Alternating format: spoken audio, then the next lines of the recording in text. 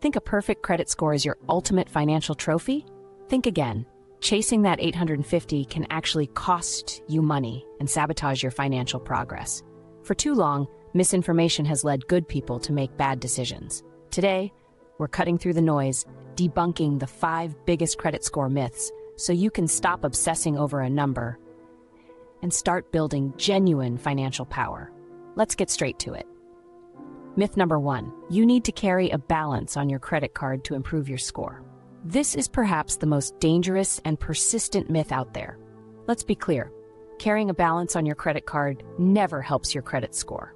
It only benefits the credit card company, costing you money in interest.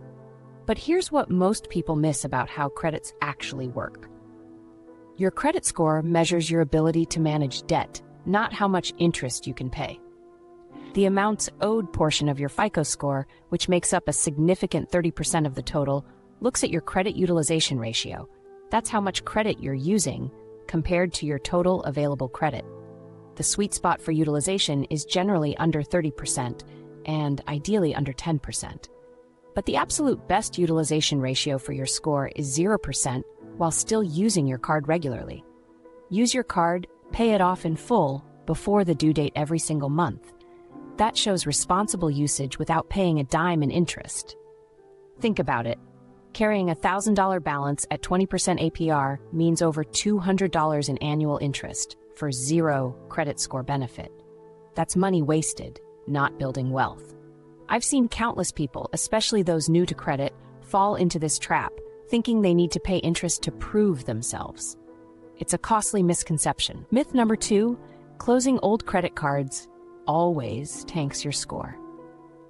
This one causes a lot of anxiety. The truth is, it's more nuanced than a simple don't ever close a card.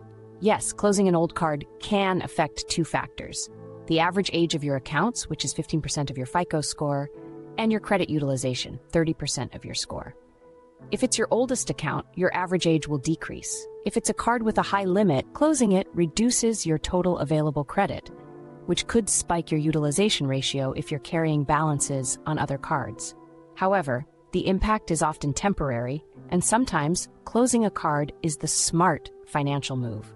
For example, if you have a card with a high annual fee that you no longer use, or a card that tempts you to overspend, the benefit of getting rid of it could far outweigh a minor temporary dip in your score.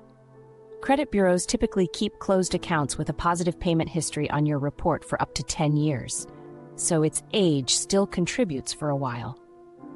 I used to hold on to every card terrified, but I realized I was paying a $95 annual fee for a card unused in 3 years.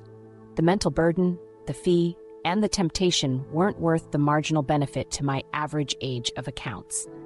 I closed it. My score dipped briefly, but rebounded, and I was $95 richer and felt more in control.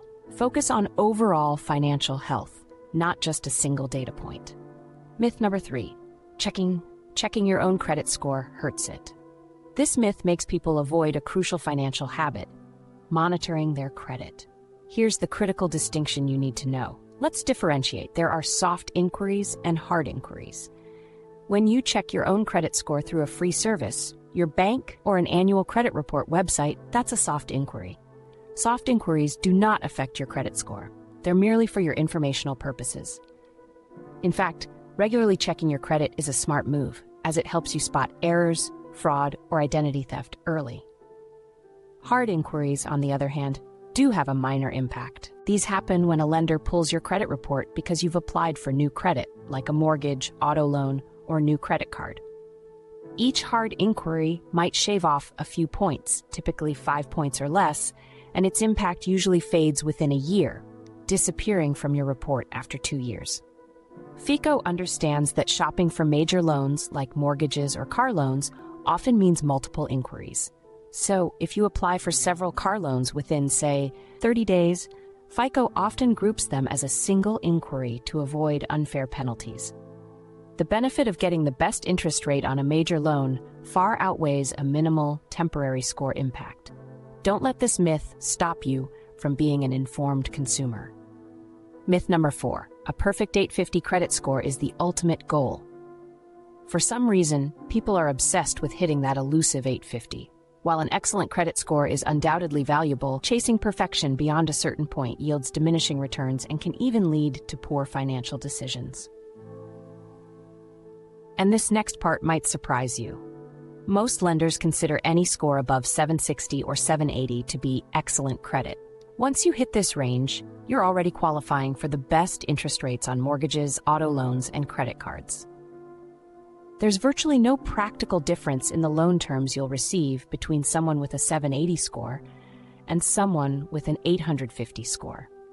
The extra effort or financial maneuvering required to go from a 780 to an 850 often isn't worth it. I had a client who, chasing an 850, took out a personal loan he didn't need and debated buying an unaffordable car just to diversify his credit mix. This isn't building wealth. It's making unnecessary commitments for a vanity metric. Your focus should be on using excellent credit to achieve your goals, like a low-interest mortgage or funding a business, not just admiring the number. Myth number 5, paying off a collection or charge-off immediately removes it from your report. Unfortunately, this isn't how it works. When you pay off a collection account or a charge-off, the status on your credit report will update from unpaid to paid or settled. This is a positive change as it shows you've fulfilled your obligation, and it can help improve your score. However, the negative mark itself does not disappear from your credit report instantly. Negative items like collections, charge-offs, late payments, and bankruptcies will remain on your credit report for a specific period, typically 7 years from the date of the original delinquency. Bankruptcies can stay on for up to 10 years. While their impact lessens over time, they are still visible to lenders. The best approach, if you have a collection, is to try to negotiate a pay-for-delete with the collection agency before you pay. This is where they agree in writing to remove the item from your credit report in exchange for payment. Not all agencies will agree, but it's always worth the attempt. Otherwise, accept that paying it off will update the status, which is good, but the item itself will age off your report naturally over time. Don't get scammed by promises of instant erasure.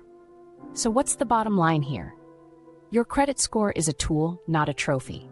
The goal isn't just to have a high number, it's to have a strong foundation of responsible financial habits that result in a high number, allowing you to access credit when you need it at the best possible rates. Stop chasing myths and start focusing on the fundamentals. Here's your actionable takeaway you can implement today. Pull your free credit report from annualcreditreport.com. Review it thoroughly for any errors or inaccuracies. This simple step can immediately boost your score if there are mistakes, and it gives you a clear, myth-free picture of your financial standing. This video is for educational purposes only and does not constitute financial advice. Always consult a qualified financial advisor before making financial decisions. If you found this video helpful, smash that like button, subscribe for more no-nonsense personal finance wisdom, and tell me in the comments below, what's the craziest credit score myth you've ever heard?